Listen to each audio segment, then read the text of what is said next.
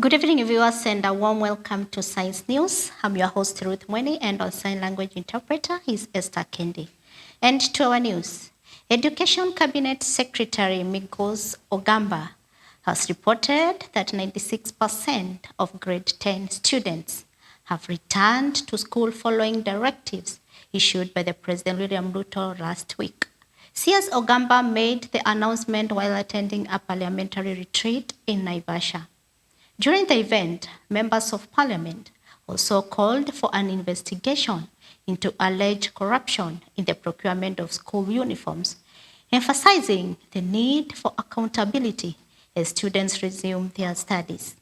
CS Ogamba highlighted the government's commitment to ensuring smooth school operations and supporting students' learning, while MPs stressed that transparency in procurement is key to protecting public resources.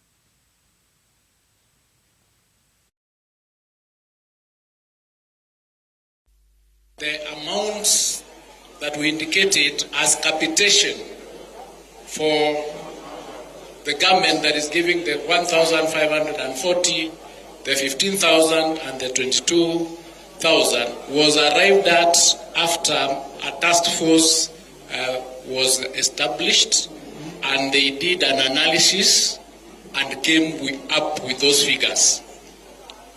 Having said that, Honorable Mbwe, the simple answer to your question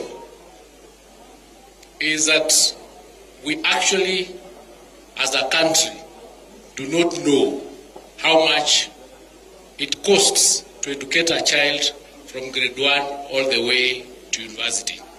And I'll explain to you the reason. And members, since we are all here as leaders, it is good to interrogate these things.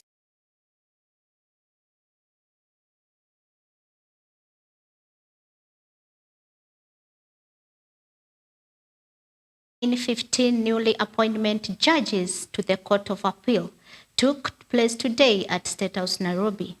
The event was attended by President William Ruto, Chief Justice Martha Koome, judges of the High Court, and other senior judiciary officials. President Ruto congratulated the appointees, wishing them success in their service. He highlighted the importance of their role in strengthening the judiciary and ensuring the timely delivery of justice across the country. The new judges are expected to help streamline court services, particularly in handling appeals, which often face significant delays before final rulings are issued. Judiciary officials say the appointments are part of the ongoing efforts to improve efficiency in the appellate system.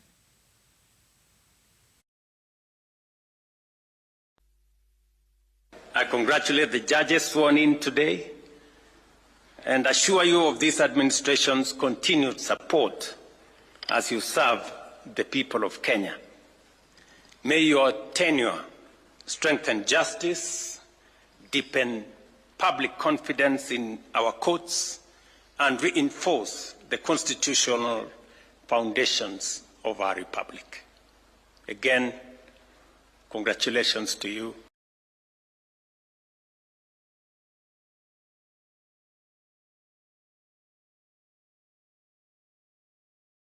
Has launched a countrywide initiative to monitor online media across all counties.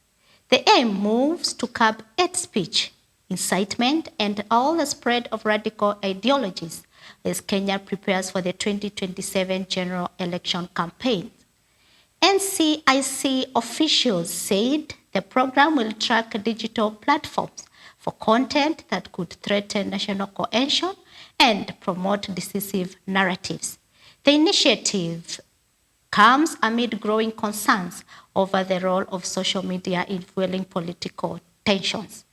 The Commission called on all citizens to report any online content promoting violence or discrimination, emphasizing that the initiative seeks to foster peaceful and inclusive political engagement across the country. Hewa ya siasa si nzuri sana, vile nilikuwa nimesema hapo awali, kuna cheche za maneno. Hiyo ndio sababu tumeweza kuhamasisha wananchi to build resiliency among the local communities and the Kenyans. Okay? So that wanasiasa wakaja ndio wanaanza kuwaeleza hawa tofauti yao. Watu wameweza kuelezwa mambo ya what is hate speech kwa undani na ni jinsi gani unaweza jua hii ni mambo ya hate speech. Kwa hivyo nafikiria wale ambao tumekuwa nao wamefaidi pakubwa, na wito wangu ni kwamba hiyo mafunzo wamepata ni lazima tueneze Injili nje na tuweze kuambia wananchi mambo ya chuki ni nini, kueneza chuki ni nini. Na wakati huu tunaelekea wakati wa siasa.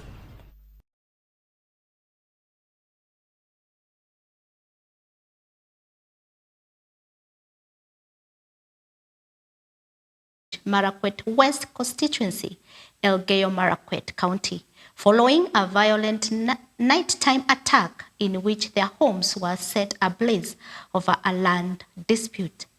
Authorities say 8 houses and property worth millions of shillings were destroyed.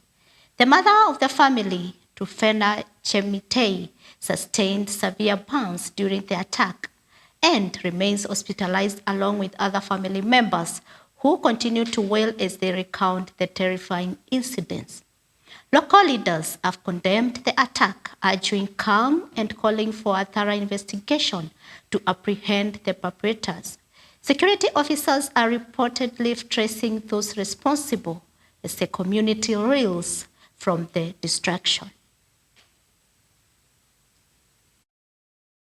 Nasikia watu wanapiga mlango, kapiga mlango. Vile akafika mlango nikastukia, nikakimbia. Fika mlango, nataka nisukume hivi. Nikastukia memwake petrol, mechoma.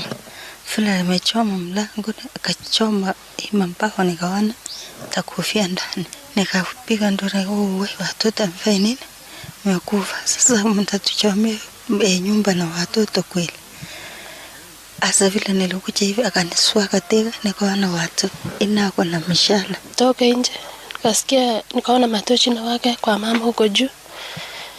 Nikakimbia kufika kwa gate pale, nikasikia nduru mbele wanasema leo tunataka kichwa. Vizuri, kuna wakati tulikuja tukaenda tukapata succession ambaye title ilitoka kwa mzee ikakuja kwa mama. So wakati hapo hivyo ndio we have this land grabber huyu anaitwa Pius. Ametusumbua kwa muda mrefu. Huyu anatumia, tuko na mshana yake ambaye ni lawyer, yeye ndiye anakoroga pale Eldoret, anakoroga kila mahali.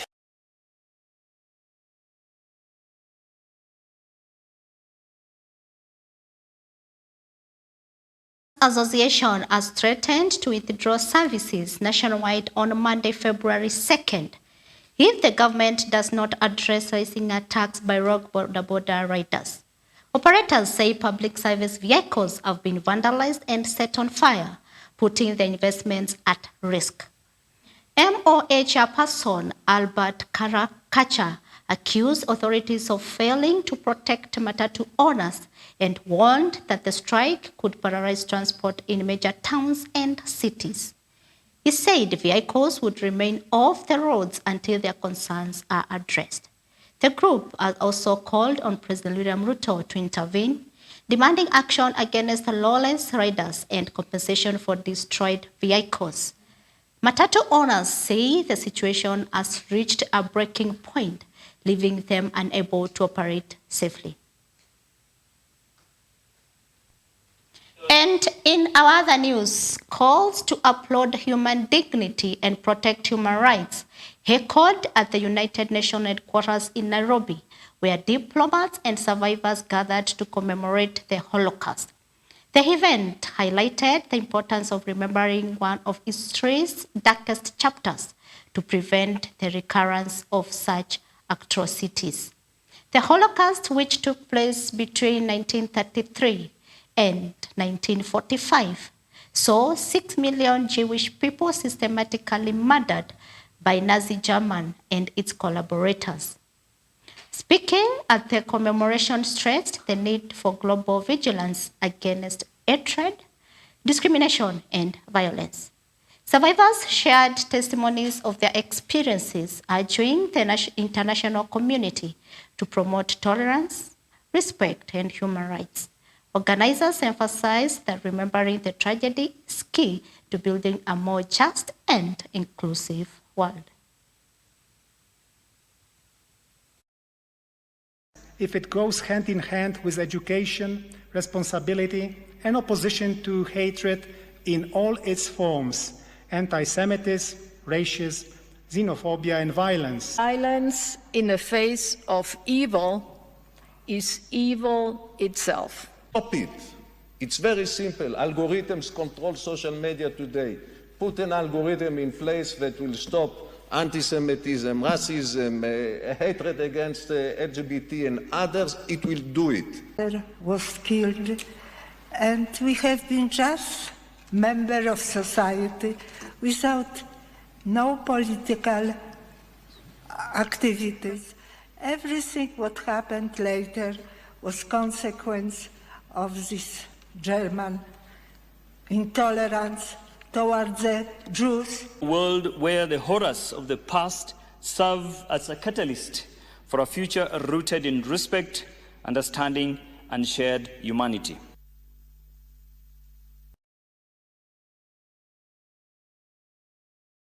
Thanks for watching Science News. I've been your host, Ruth Mweni, and our sign language interpreter, Esther Kendi. Have a lovely evening.